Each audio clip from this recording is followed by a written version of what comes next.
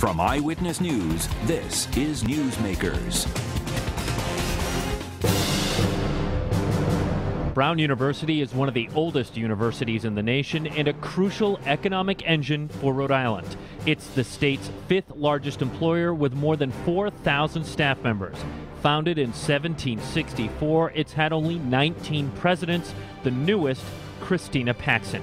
No stranger to the Ivy League, the economist comes by way of Princeton University.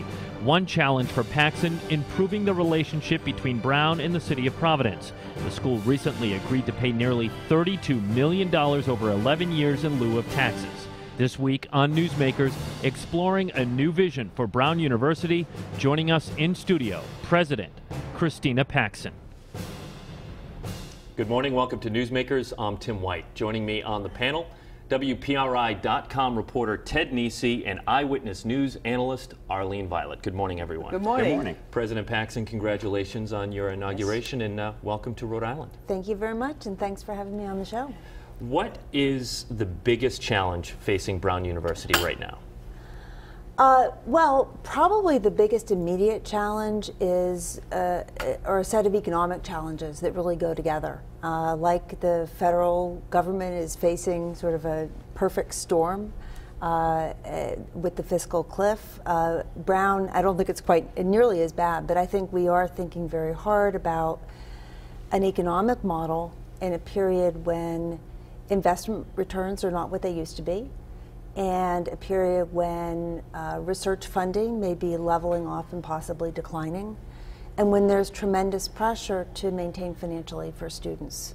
We're going to have a whole conversation about financial aid and the cost of higher education, but I was intrigued that you brought up the fiscal cliff, which is probably the most overused phrase happening right now. But how are you worried about the fiscal cliff or the federal government spending and its impact on Brown University? Is it research money that would be the greatest loss? I think there are actually two separate things that I'm worried about. I think research funding is one, although we have great researchers and they do a fantastic job raising external funds. So that's not as important. In the long run, what I'm really concerned about is federal support for students in higher education.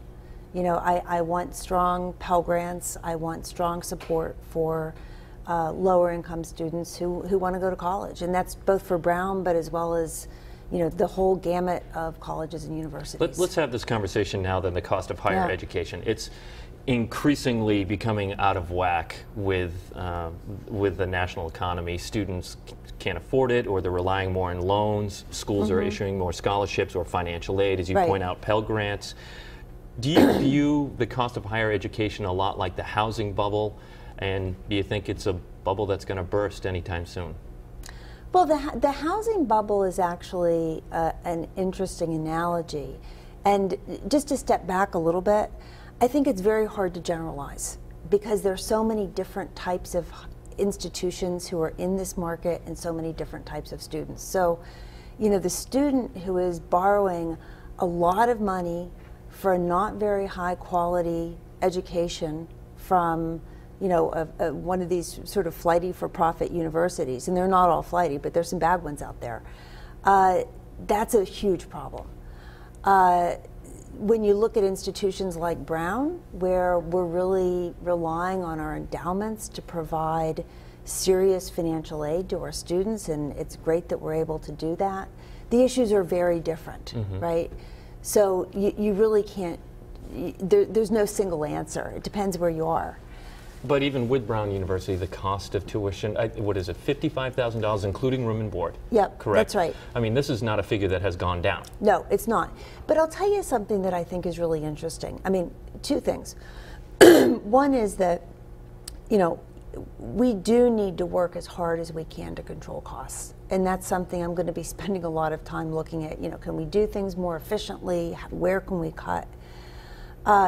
The university went through, in 2008, 2009, a very careful look at costs. And the truth is, right now, we're operating a pretty lean university. I think our administration is very efficient.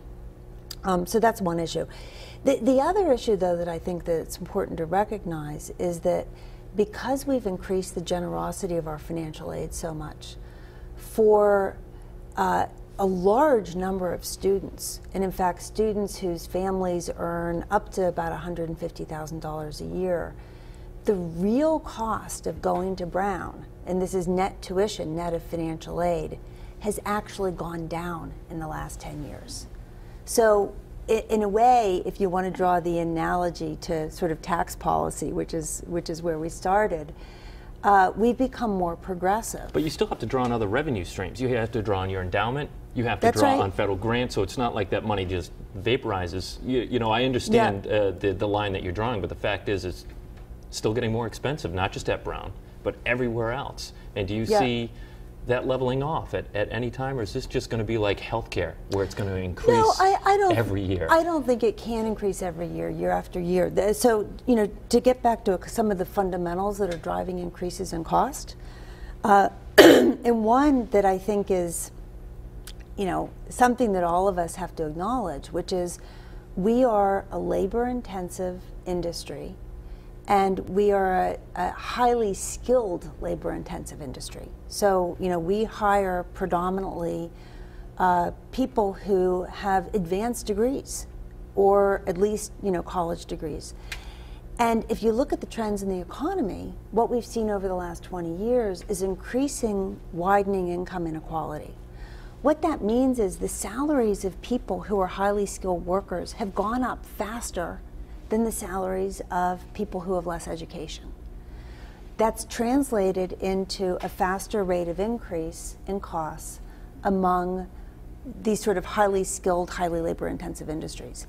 Now, my own sense is that this sort of increasing kind of premium to skill to highly educated workers can't go on. I mean, income inequality in this country has just gone up and up and up, and I don't think it's a good thing. I think, and the economy is going to have to put some natural brake on it at some point. One rap against Ivy League education is that it's not a good value because the marquee professors really end up teaching, if at all, in the graduate school. They're spending all their time on research, getting patents, licenses to enhance their money that they receive, etc. At Princeton, you did a lot toward rectifying that situation. As you come to Brown, do you have an idea of how much hands-on you think professors should have in the undergraduate school? So that's a great question. And one of the reasons I was very attracted to Brown is that it's a great research university that has absolutely no intention of leaving undergraduate education behind. And what I love is the integration of the research in the undergraduate education. I think we can do it better at Brown than in almost any other institution. So should there be undergraduate courses? Definitely by the absolutely by them, not teaching assistants. Yeah, by the best professors. Right. The other wrap, of course, is grade inflation.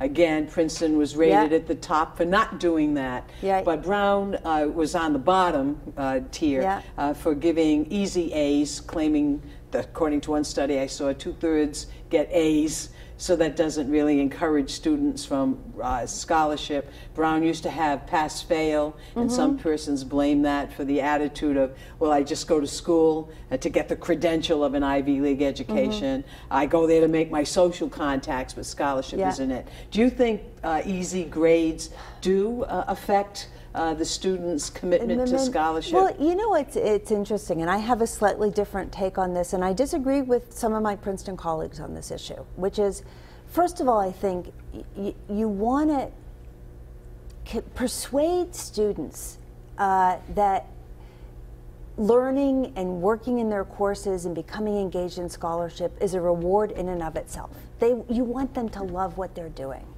and that comes from good teaching.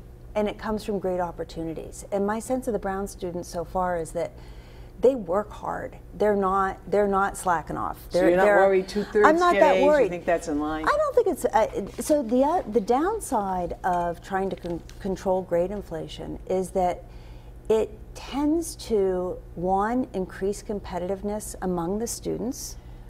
And two, it leads to this sort of gaming where students are shopping around and they're taking courses not because they're things that they want to do, but they're things that will help them get the A. And I want students to take the courses that they want to take because they love the subjects. And that happens at Brown. You were talking about Brown's sort of its research focus while staying a very undergraduate. It was always the most undergraduate focused Ivy historically. That we've seen the last 10 years under your predecessor, President Simmons, the medical schools expansion, the MBA program with IE in Spain, more and more going into research at Brown. Do you see, where do you see Brown sort of, if 10 years from now we're saying, what has the Paxson era been defined by? Do you see Brown going in more due directions? Is it sort of building up what's there now, or are you more focused inward on Brown than making Brown bigger? Well, I'm really focused on making Brown better, right? And better doesn't always mean bigger. So my strategy, because again, we are in a tight economic period, right? We can't do everything, is to really focus on identifying the things that Brown can do really, really well. And so I started a strategic planning process this year. That's exactly what we're doing. We're looking at where we have strength, where we can build, what our comparative advantages. What comes top of mind? And wait, no, let me finish. Right. The other thing I would put in there is, I have people, because I know we'll come back to this, one thing that I think is important is how we can build on partnerships that we already have in the region and around the world. So I'm sorry to interrupt you. No, that's okay. Yeah. What do you see? Where do you see the big strengths right now? Is it that focus on teaching in the classroom? Is it certain areas and subjects? So Brown has one. If you ask people what makes Brown distinctive, I think most people would talk about its really distinctive approach to undergraduate education. And so we're thinking about how to build on that. We're thinking about how to make it better in the 21st century. The open curriculum, the quote new curriculum, was invented in the 1970s. It's not new anymore. And I think everybody loves the theory under it, the ideas, but now we have very different technology. We can do it in different ways. So that's one thing. In terms of the research that we're doing that I think is very distinctive, one thing that people put a lot of emphasis on and that has been built up a lot in the last 10 years is brain science. That's one area. I'm working very hard to build up the Watson Institute in International Studies, which I think is just critically important both in the humanities and the social sciences. So a number of very important areas, but more will come out of this planning process. President Paxson, we have to go to a break, but before we do, briefly, Brown University hasn't had ROTC on campus since 1969. I believe it is the only Ivy League school that does not welcome ROTC to its campus. Is it time to welcome ROTC back to Brown University? I think ROTC is welcome. We have a program with Providence College. Brown students can participate in ROTC, and we have campus staff who facilitate and support that activity. Personally, I think ROTC is great. One thing that I do know is that ROTC currently likes the model of having units that are shared across campuses. They cannot afford to have an ROTC separate model on each campus. I would love to have naval ROTC, and I've been talking to people in the state about maybe doing that. In the model that happens now, the students go to Providence College's campus? That's right. That's right. To drill there? And it's treated as an extracurricular activity as it is in every other Ivy League school except for Yale. Would you allow them to drill on Brown University's property? I would have to talk to the faculty about that. Personally, I don't have any problem with that. I think some people on the Brown campus are concerned about the fact that the military does not accept transgender people in the service. And that's a campus discussion that we have to have. We're going to take a break on the program. Our guest this week is Brown University President Christina Paxson. Stay with us. You're watching Newsmakers.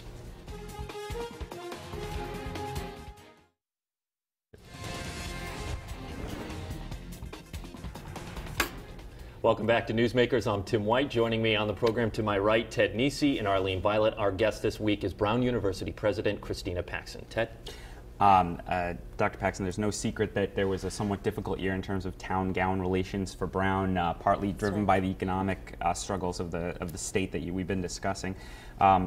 now that President Simmons and Mayor Taveras did come to an agreement over pilot payments, they had sort of a come to Jesus kind of press conference where everyone said they still loved each other. But what's the feeling on campus? Is there a bitterness or a wariness toward the political establishment in Rhode Island? They see Brown as sort of a piggy bank, and they don't appreciate its value. How do you see that right now? So my sense, and I've spent a lot of time over the last 4 months trying to get to know people in the city and the state, and it's actually been great fun.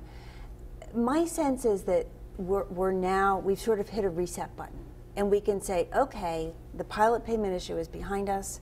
Now we can really talk about collaborating constructively, thinking about how we can work together to build the economy in ways that's good for Brown and good for Providence and good for Rhode Island. So I honestly see no negative repercussions. I think we're in a good state right now. That reset button was hit in 2004. I mean, then Mayor David Cicilline came to Brown University. They opened up their wallet then. Right. And as Ted pointed out, it was $32 million over 11 years now under the new agreement. Right. Are you concerned there's a trend here? So no. I think what that means is I have maybe 5 to 7 years to really establish a great productive partnership with the city and the state. And I have a window to do that, and I think if we can do that in that time period, then this issue is not going to come up again. In your inaugural address, you talked about the pressure in higher education to have graduates, quote unquote, career ready. Yes. In your speech, of course, you alluded to the fact, yes, but it's got to be all about also analytical thinking, creative thinking, et cetera. Right. Putting that all together, though, it's obvious that higher education, or education in general, in the United States has been on this downward spiral in terms of the ranks that we have internationally in terms of our students. What do you think is the problem? What needs to be done about it, and what can Brown do about it? I don't agree with you. I think that we're on a downward spiral. What we've seen in the last 15 years is that there are countries out there like India, like Singapore, like China, places in Europe that are becoming wealthier, and they're building great But Singapore, institutions. you named 3 that are in the top 5. We're down to 26 now.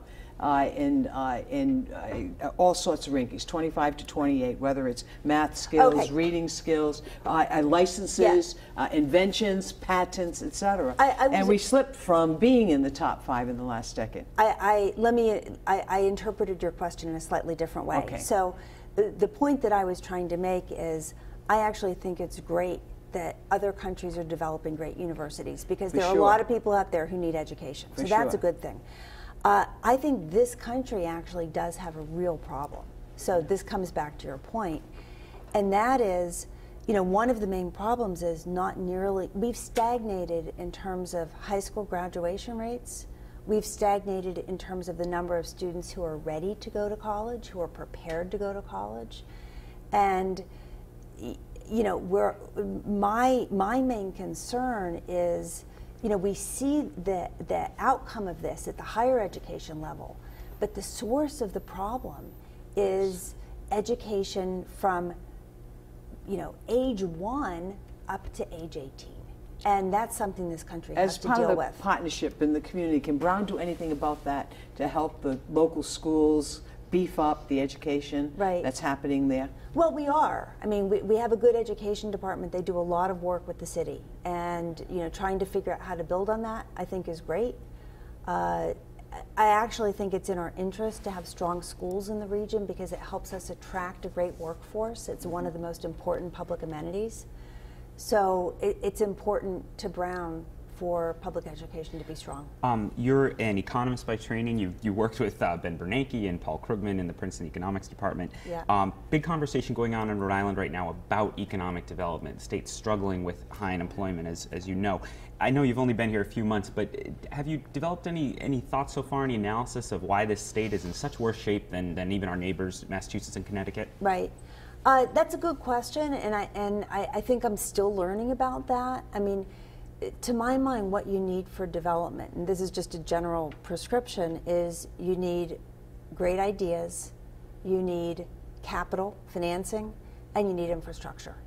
And what that means is that's got to come from the private sector, the public sector, and the private not-for-profit sector, right? The universities were generating people who have, great ideas, can develop ideas. We need the private sector financing, we need the infrastructure from the public sector. So we need to put those three things together. My sense of Rhode Island is a lot of the elements are in place. We just have to work together and figure out ways to make this happen. People don't think of it this way, but higher education is actually an export industry in the sense it brings in people from other states or in other countries to spend money here to go to education. Absolutely. Of course, if we're trying to build up our exports as President Obama wants, could you see a way that we could get more students? Could you ever imagine beefing up the undergraduate class at Brown, or do you think you're at the size you want to stay at? I think right now we're probably at the right scale. It takes a long time to change scale.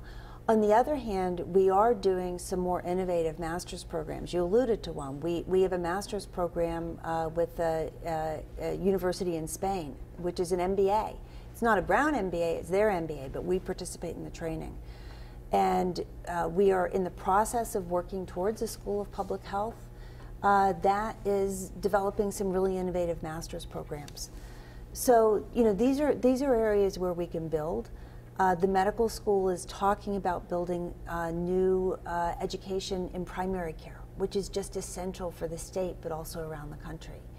So I see us contributing to the export of great people. It probably won't be for some time with significantly more undergraduates. The Wall Street Journal ran an article profiling a book that was about the suppression of free speech on college campuses. They profiled Fordham University president that had blasted a conservative group for welcoming GOP firebrand Ann Coulter to campus, and then that organization rescinded the invitation. Do you agree with the author that college campuses are becoming so PC that they are stunting the dialogue that campuses have been known for? I mean, I can't speak for all universities, but I will tell you, when I was at Princeton and now when I'm at Brown, I think it's very important that a wide range of voices are heard on college campuses. So I think, we need to bring in conservatives and we need to bring in liberals, and students have to be able to discuss in a civil way the whole range of issues that are out there. Would you welcome Ann Coulter to Brown University? If somebody on campus, if there was a center or group that wanted to invite her, I think that would be fine. We actually have a group called the Political Theory Project that is sort of purposefully brings together people on very divisive issues, and I think that's a really healthy thing. That must be a fun room in that group. Yes, exactly. No, it's a good thing. It's a good thing. You want your graduates to change the world for the better, as you said in your inaugural. Do you support mandatory community service as part of a graduation requirement? Well, Brown has very few requirements. That's our hallmark. So I don't think we need mandatory community service. The students who we accept are students who are drawn to it. So, almost 50% of our students do some community service in Providence while we're here. Many of them go overseas and do work there. So I don't think this is an area where we need a requirement to have a big impact. Got to ask, I mentioned before your econ department at Princeton, Ben Bernanke, now the Fed chairman, Yes. Paul Krugman, the iconoclastic liberal columnist. What was it like working with people like that, just as individuals, colleagues down the hall at the faculty lounge? Well, it's funny. So Ben Bernanke was my department chair, right, before Tough I became boss. chair. No, he was the guy who made sure that there was a bagel hour for the faculty and the graduate students. So, not that long ago, he was making what we thought were important decisions, but not nearly as consequential as they are now. He's a very smart guy, very good guy, somebody I respect a lot. What's Paul Krugman like? Paul Krugman is a very interesting person. He's the one thing that I think is a little bit too bad is that because he has such a huge presence in the popular press, most people don't understand what a really good economist he is. I mean, he didn't win the Nobel Prize for his New York Times columns. Why don't you think people think he's a good economist? No. It's a huge platform. I think what I'm saying is they don't appreciate the really outstanding and very fundamental scholarly work he did. I remember introducing him at his Nobel Prize press conference because I was department chair then. And I, gave this 10-minute summary of the work he'd done on international trade and how foundational and important it was. And there was not a single question from the audience on anything but his political views. Do you think there are lessons in Krugman's work for Rhode Island? He talked about clusters and economic geography. I think there is something to that. I mean, the economic geography idea, the idea that, you know, bringing together groups of industries that can work well together, these agglomeration effects, I think there's good evidence for them, and I think it's something that we need to keep in mind as we develop. We have very little time left, so I might have to cut you off. I'm curious what your impression of Rhode Island was before you even considered coming here. What did you think of when you thought of Rhode Island, if at all? Well, you know, I had been here a couple times. My brother went to Brown. I'd been up to give a couple seminars. I had not realized what a spectacularly beautiful city it was, and I didn't understand what the state was like. So, you know, my impression was of a slightly depressed small city. I didn't understand how special it was. All right. Well, thank you, Brown University President Christina Paxson. We really appreciate you joining us on the program. If you missed any of it, including our first half, you can catch it online, WPRI.com. It's under the On Air section. For Ted Nisi and Arlene Violet, I hope you had a happy and safe Thanksgiving, and we will see you next week right here on Newsmakers. President.